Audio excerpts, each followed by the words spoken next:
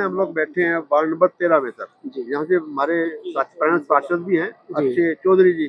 किस प्रकार का माहौल आप यहाँ देख पा रहे हैं? कितनी वोट से हम यहाँ इस बार से जीत पाएंगे?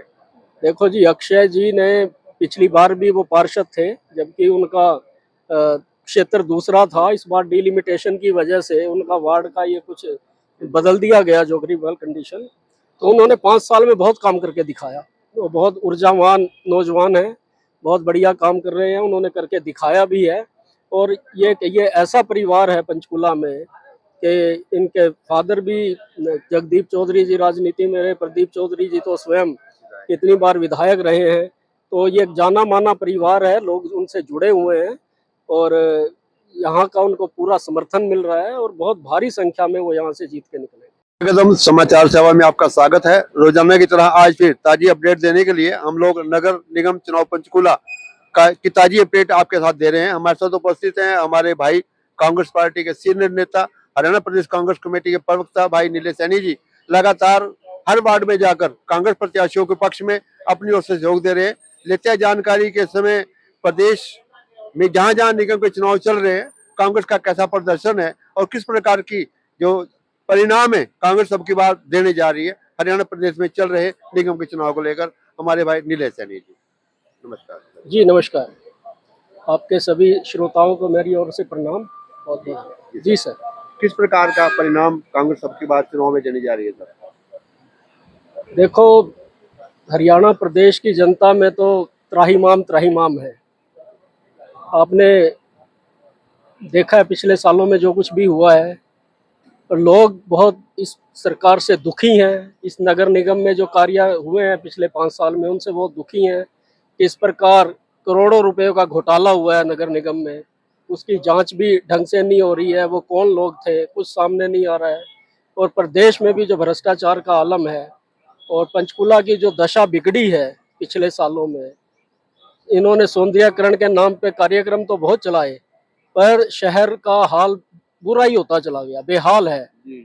इन्होंने जो चौराहों पे क्या किया, इन्होंने चौड़ा करने का किया, वही गड्ढे खोद रहे हैं, गड्ढे भर रहे हैं और शहर की हालत बद से बदतर होती जा रही है। तो लोग इस बार इनको सबक सिखाने के मूड में हैं।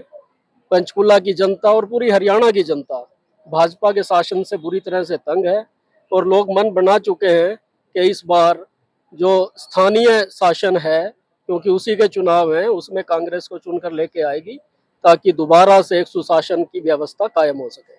सैनी साहब, आप तो हर वार्ड में जा रहे हैं, हर कार्यालय में जा रहे हैं, कांग्रेस बिल्कुल एकजुट नजर आ रही है। हालांकि विरोधी आरोप लगा रहे हैं कांग्रेस में फूट है, लेकिन आप क्या बताएंगे सर, कांग्रेस एकजुट होकर ये चुनाव लड़ रही है? कांग्रेस बिल्कुल एक है। ये तो शुरू से ही बातें उड़ाई जाती हैं मीडिया में कि फूट है, क्योंकि चुनाव जब शुरू होता है, काफी लोग जो होते हैं वो चाहवान होते हैं टिकट के। कोई कहीं से लड़ना चाहता है, कोई कहीं से लड़ना चाहता है, पर पार्टी तो एक पे ही फैसला लेती है। तो थोड़ा सा लोगों में उनका मन भी थोड़ा सा मैं कहूँगा भावुक होता है कि हमने मेहनत की, हमें मौका नहीं मिला। पर अल्टीमेट सब इकट्ठे हो जाते हैं और हो चुके हैं। पंचकुला में सारी कांग्रेस इकट्ठी है, सारे जो लोग थे मिल के काम कर रहे हैं और दिन ब दिन इलेक्शन का जो माहौल है बनता जा रहा है। और चुनाव में अभी 1 सप्ताह है और तो बहुत बढ़िया हो जाएगा और चल रहा है। सारी कांग्रेस एक है और मिलजुल कर सब लड़ाई लड़ रहे हैं। चुनाव चल रहे हैं, चुनाव में आरोप प्रत्यारोप की राजनीति भी शुरू हो चुकी है। अभी कल ही यहाँ से जो भाजपा के प्रत्याशी हैं श्याम बंसल जी, उन्होंने एक कांग्रेस पर आरोप लगाया है कि कांग्रेस प्रत्याशी को कांग्रेस ने एक तरफा छोड़ दिया, लावारिस छोड़ दिया है। ना विधायक साहब चंद्रमोहन नजर आ रहे हैं, ना और नेता नजर आ रहे हैं। उनके आरोपों को आप किस प्रकार कांग्रेस प्रवक्ता होने के नाते अपना वक्तव्य रखेंगे? देखो जी, भाजपा तो झूठ बोलने में माहिर है। उनका एक ही काम में उनकी स्पेशलाइजेशन है कि वो झूठ बहुत बढ़िया बोलते हैं।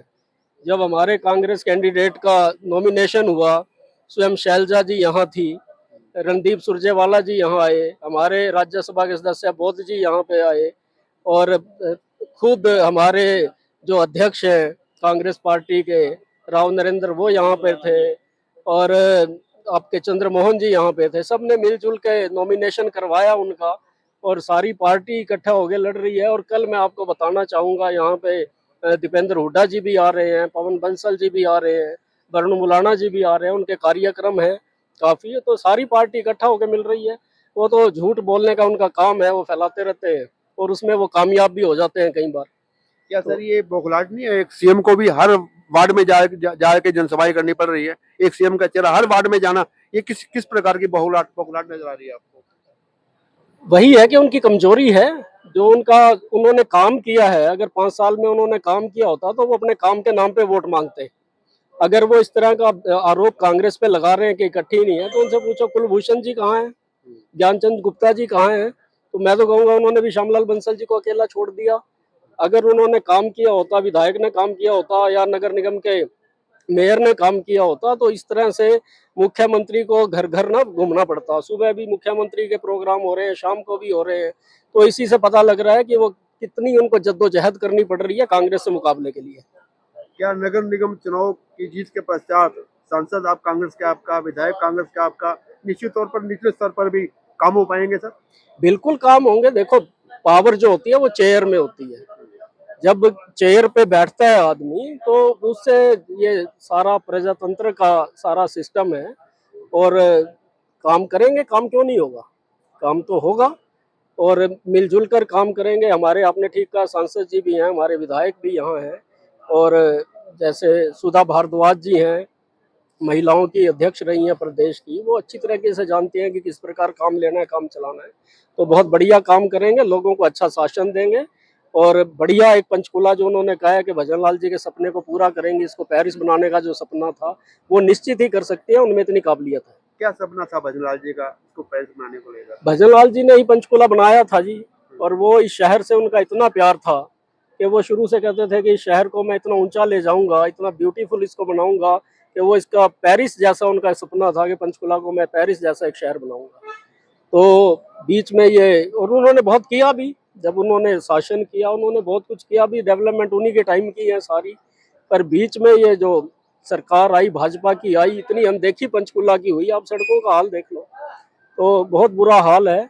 तो सुधा जी उस सपने को लेके आगे चल रही हैं और पंचकुला की जनता उनका साथ देगी, ऐसा मेरा विश्वास इस समय हम लोग बैठे हैं वार्ड नंबर 13 में सर जी। यहाँ से हमारे पार्षद भी हैं अक्षय चौधरी जी। किस प्रकार का माहौल आप यहाँ देख पा रहे हैं? कितनी वोट से हम यहाँ इस बार से जीत पाएंगे? देखो जी, अक्षय जी ने पिछली बार भी वो पार्षद थे, जबकि उनका क्षेत्र दूसरा था। इस बार डिलिमिटेशन की वजह से उनका वार्ड का ये कुछ बदल दिया गया, जोग्राफिकल कंडीशन। तो उन्होंने 5 साल में बहुत काम करके दिखाया। वो बहुत ऊर्जावान नौजवान है, बहुत बढ़िया काम कर रहे हैं, उन्होंने करके दिखाया भी है।